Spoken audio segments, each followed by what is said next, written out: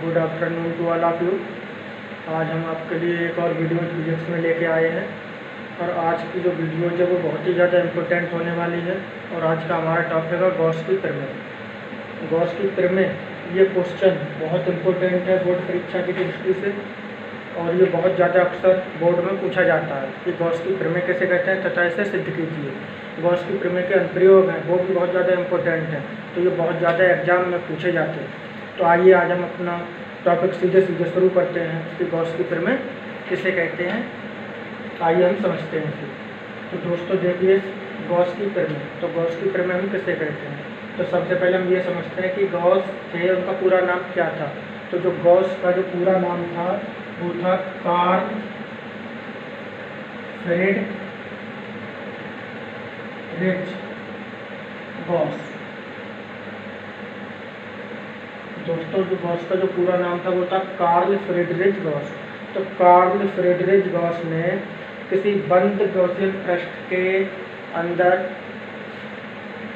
रखे हुए कुल आवेश का जो मान बताया था, ठीक है। जो गॉस थे, गॉस ने क्या किया था कि एक बंद गॉसियन पृष्ठ लिया था, उस बंद गॉसियन पृष्ठ से निर्गत कुल वैद्युत फ्लक्स का जो मान था वो उस पृष्ठ के अंदर रखे हुए आवेशों के योग के 1/ε0 गुना होता है। तो ये गॉस ने ये बताया था। तो इस नियम के अनुसार गॉस की जो प्रमेय थी, गॉस की प्रमेय का स्टेटमेंट क्या था। गॉस ने ये बताया था कि किसी बंद गॉसियन पृष्ठ से होकर गुजरने वाला कुल वैद्युत फ्लक्स उस पृष्ठ के अंदर रखे हुए कुल आवेशों के बीजगणितीय योगफल का 1/ε0 गुना होता है। क्या होता है, वैद्युत फ्लक्स होता है किसका, गॉसियन पृष्ठ के अंदर रखे हुए कुल आवेशों का कितना 1/ε0 गुना। तो ऐसे हम गॉस की प्रमेय कहते हैं। तो आइए इसे हम समझते हैं। तो इसका मतलब क्या हुआ कि जैसे मान लो वैद्युत फ्लक्स है, तो जो वैद्युत फ्लक्स का मान बताया था गॉस ने, वो क्या बताया था कि गॉसियन पृष्ठ के अंदर रखा हुआ कुल आवेशों का बीजगणितीय योगफल। मान लो इस गॉसियन पृष्ठ के अंदर अगर Q आवेश रखा है तो Q बहुत से आवेश रखे, Q1 Q2 -Q3 -Q4 +Q5 इस तरीके से रखे हुए, तो उनका क्या करेंगे, योग करेंगे। और योग को हम किससे लिखते हैं, सिग्मा से लिखते हैं। तो फाई बराबर सिग्मा Q/ε0। अगर हम इसके अकॉर्डिंग लिखें तो इसके अकॉर्डिंग हमारी गॉस की प्रमेय क्या बनेगी, तो इसके अकॉर्डिंग हमारी बनेगी Q/ε0। हम K भी लगा सकते हैं साथ में। K का मतलब क्या हुआ, माध्यम का परावैद्युतांक। अगर हम K का मान 1 ले लें तो इसका मतलब क्या हुआ कि गॉसियन पृष्ठ के अंदर क्या है, निर्वात है। तो निर्वात के लिए K का मान कितना होता है, 1 होता है। तो हम ये मान के करेंगे कि गॉसियन पृष्ठ के अंदर क्या है, निर्वात है। तो K का मान 1 रख देंगे। तो फाई बराबर सिग्मा Q/ε0 या Q/ε0, ये हमें सिद्ध करना है। तो गॉस की प्रमेय का जो स्टेटमेंट है वो क्या होता है और गॉस की प्रमेय में हमें क्या सिद्ध करना है वो हमें बताना है। तो आइए हम सीधे गॉस की प्रमेय का स्टेटमेंट समझते हैं। तो इस नियम के अनुसार किसी बंद गॉसियन पृष्ठ से होकर गुजरने वाला जो कुल वैद्युत फ्लक्स का मान होता है वह उस पृष्ठ के अंदर रखे हुए कुल आवेशों का 1/ε0 गुना होता है। मतलब जितना भी आवेश होगा उसके योग के बीजगणितीय योगफल का 1/ε0 गुना होता है। तो इसका मतलब क्या हुआ, मान लो हमने गॉसियन पृष्ठ के अंदर कितना आवेश मान लिया, Q आवेश मान लिया। तो जो कुल आवेश का मान होता है, मतलब वैद्युत फ्लक्स का जो कुल मान होगा उस गॉसियन पृष्ठ के अंदर रखे हुए कुल आवेश का, कुल आवेश कितना रखा हुआ, Q रखा है, इसका कितना 1/ε होता है। तो ये हमें गॉस की प्रमेय प्रूफ करनी है। तो ऐसा हम सिद्ध करेंगे। आइए हम समझते हैं सीधे। अब हम क्या करेंगे कि सबसे पहले हमने क्या किया कि एक आवेश प्लस Q मान लिया जो प्रारंभ में बिंदु O पर स्थित है। इस बिंदु O से R दूरी पर हमने एक बिंदु P ले लिया। इस बिंदु P से होकर जाने वाला क्या बना लिया, एक गॉसियन पृष्ठ बना लेते हैं। तो सबसे पहले हम ये समझते हैं कि जो गॉसियन पृष्ठ होता है या जो गॉस पृष्ठ या बंद पृष्ठ होता है ये हम किसे कहते हैं। तो गॉसियन पृष्ठ का मतलब है जो आवेश को चारों ओर से पूर्णता घेर ले, जिसके अंदर आवेश पूर्णता घेर जाए, आवेश क्या हो, प्रवृत्त हो। इसका मतलब कि आवेश उस गॉसियन पृष्ठ के अंदर पूरी तरीके से क्लोज हो। तो ऐसे पृष्ठ को हम गॉसियन पृष्ठ कहते हैं। गॉसियन पृष्ठ हमारा किसी भी आकृति का हो सकता है।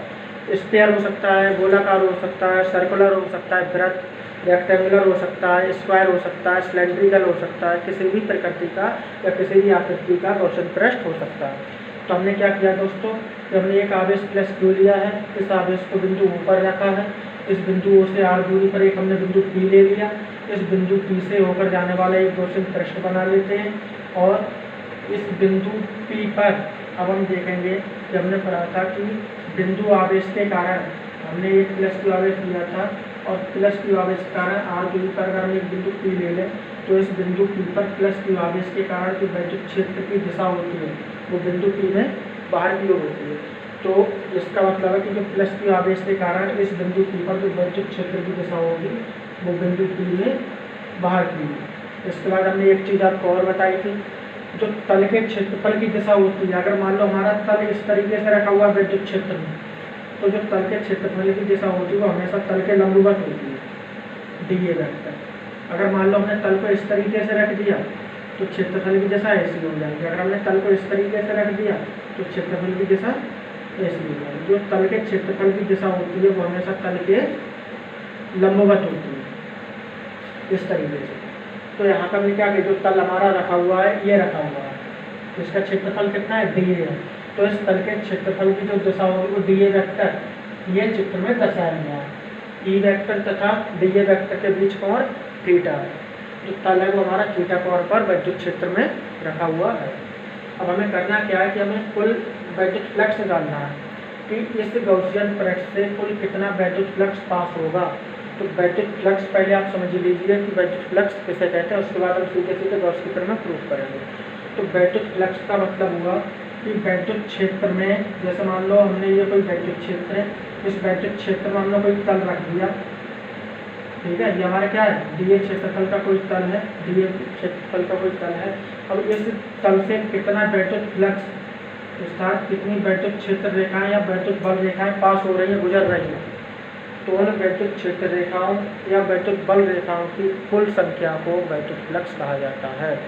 अर्थात वैद्युत क्षेत्र में रखे हुए किसी तल से गुजरने वाले वैद्युत क्षेत्र रेखाओं की संख्या या वैद्युत बल रेखाओं की संख्याओं की माप को वैद्युत फ्लक्स कहते हैं। वैद्युत फ्लक्स को हम फाई से प्रदर्शित करते हैं और इसका जो फार्मूला होता है वो फाई बराबर ई डॉट ए वेक्टर होता है और वैद्युत फ्लक्स हमारी एक अदिश राशि है और ई डॉट ए को हम लिख सकते हैं E D A cos theta, E A cos theta, मतलब ई डॉट ए क्या हो गया, ई ए कॉस थीटा, ये हमारा सूत्र हो गया।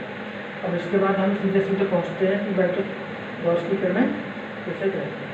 तो इसमें हमें ये प्रूफ करना है। तो प्रूफ में हमने क्या किया कि सबसे पहले एक आवेश Q लिया जो बिंदु O पर मान लिया है, बिंदु O से r दूरी पर एक बिंदु P मान लिया, इस बिंदु P से ऊपर जाने वाला एक गॉसियन पृष्ठ बना लेते हैं, इस बिंदु P पर एक छोटा सा अवयव या अल्प क्षेत्रफल ले लेते हैं। हमें क्या निकालना है, इस बिंदु पर वैद्युत फ्लक्स का मान निकालना है कि यहाँ पर कितना वैद्युत फ्लक्स का मान निर्गत होगा। तो प्लस Q आवेश के कारण बिंदु P पर वैद्युत क्षेत्र की दिशा ई बाहर की ओर तथा तल के क्षेत्रफल की जो दिशा होगी वो तल के क्षेत्रफल के लंबवत डी ए वेक्टर चित्र में दर्शाया गया है। ई वेक्टर और डी ए वेक्टर के बीच बड़ा कोण थीटा है। तो हमें क्या करना है, इस वैद्युत फ्लक्स से कौन सा जो डी ए क्षेत्रफल का तल है इससे कितना वैद्युत फ्लक्स पास होगा वो हमें निकालना है। तो हम क्या करेंगे, चित्र में थ्योरी तो हम लिख ही सकते हैं, थ्योरी कैसे लिखेंगे वो एक बार समझ लीजिए। तो माना एक आवेश प्लस Q बिंदु O पर स्थित है, बिंदु O से r दूरी पर एक बिंदु P है जहाँ पर हमें वैद्युत फ्लक्स का मान ज्ञात करना है।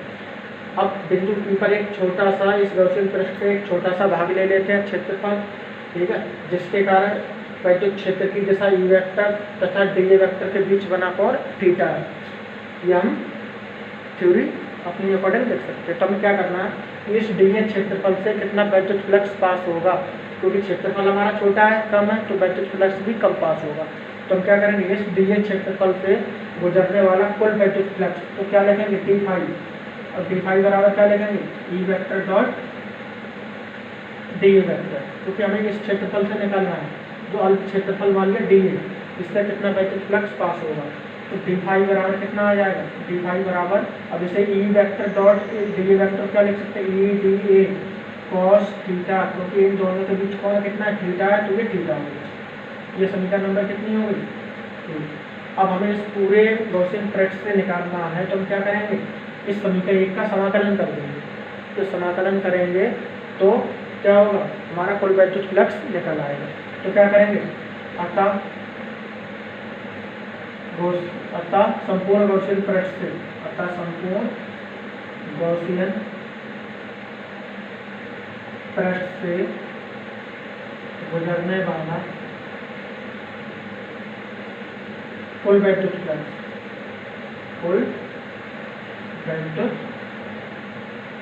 फ्लक्स, तो क्या होगा, फाई, मतलब सीधे सीधे ये इसका समाकलन करो, तो डी फाई बराबर समाकलन E D A cos theta. अब डी फाई का समाकलन क्या होता है, फाई होता है।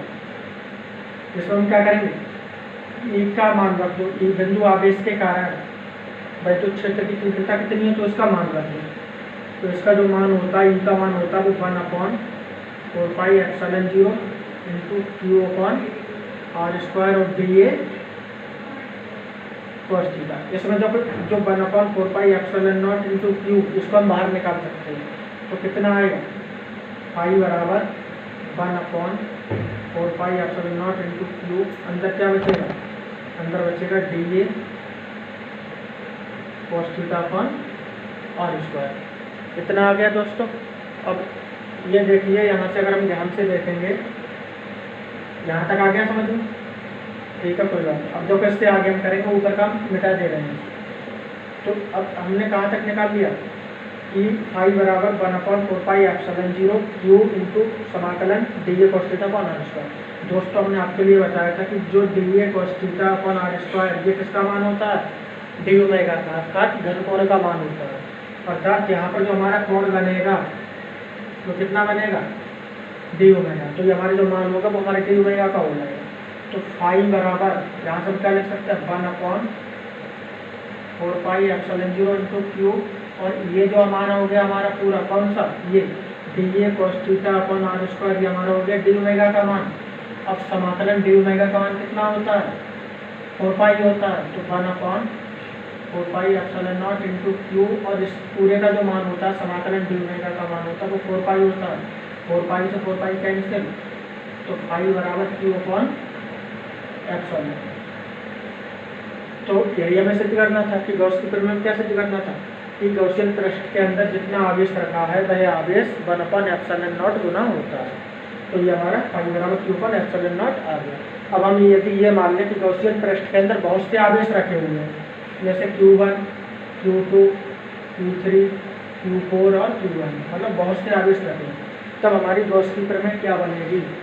तो गॉस की प्रमेय अगर हमारी यहाँ से बनेगी तो क्या बनेगी, तो हम इस पूरे गॉसियन पृष्ठ से गुजरने वाला कुल वैद्युत फ्लक्स निकालेंगे। तो फाई बराबर क्या लिखेंगे, φ1 plus φ2 plus φ3 plus dot dot φ1। तो φ1 का मतलब क्या हुआ, Q1 आवेश के कारण वैद्युत फ्लक्स, तो Q1 अपन कितना होगा, एप्सिलॉन नॉट, प्लस φ2 का मतलब Q2 आवेश के कारण वैद्युत फ्लक्स, तो Q2 upon epsilon not, plus φ3 का मतलब Q3 के कारण, तो Q3 अपन एप्सिलॉन नॉट, और प्लस डॉट डॉट कितना आएगा, Qn अपन एप्सिलॉन। इस पूरे में से देखो 1/ε0 कॉमन आ जाएगा, 1/ε0, तो क्या बचेगा Q1 plus Q2 plus Q3 और प्लस डॉट डॉट Q1।